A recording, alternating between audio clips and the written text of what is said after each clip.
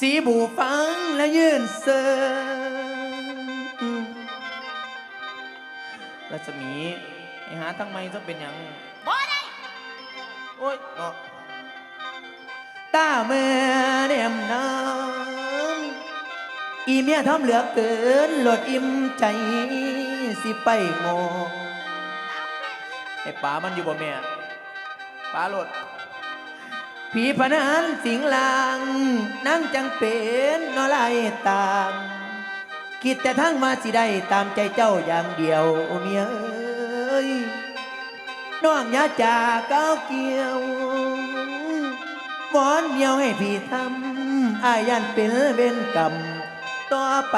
ภัยปุ่นเพื่อนหากมีพระคุณแท้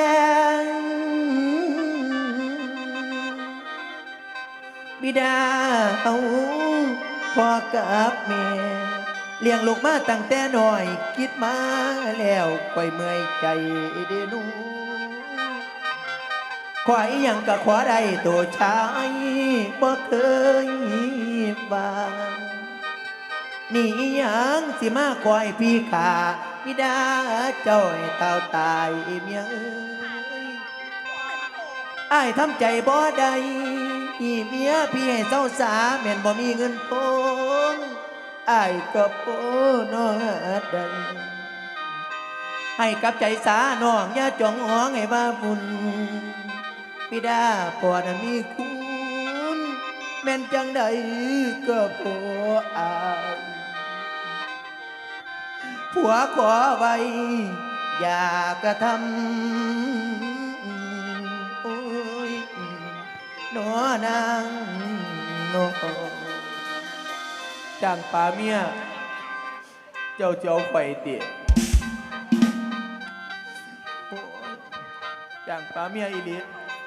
บอกคุณหลายๆด้วยแม่เอ้ยผัวเจ้านอนหลับไปล่ะเจิดขวดมาใส่ขุมตากูนี่อยู่ว่าเป็นเลยโอ้ยรัศมีจ้าเบ้าอยู่นี่เจ๊ผัวเฮ็ดอีลีติเดียวเนี่ยเฮ็ดอีนี่นั่นล่ะไอ้สีบูให้ข้าฮอดพ่อฮอดนี่ยันพุดจ้ะเอาภาษาคำขอคำเดียวนี่เฮ็ดบ่ได้ดิฮะนั่นห่วยให้เสียเด็กก็สั่งแต่ข่อยนี่อยู่บ่ได้เด้อเขาเจ้าบ่เฮ็ดให้ข่อยนี่ข่อยนี่อยู่บ่ได้สิขอไปเนาะตามว่าสิเป็นหยังก็ตามสั่งให้บ่ถึงใจข่อยนั่งนี่ก็บ่เอาต่อไปนี่ข่อยกับเจ้าให้เป็นแค่คนหูจัก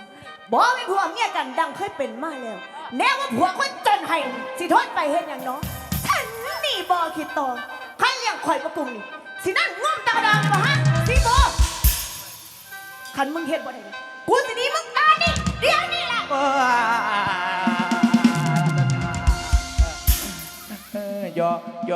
ยอล่ะยอโอ้ย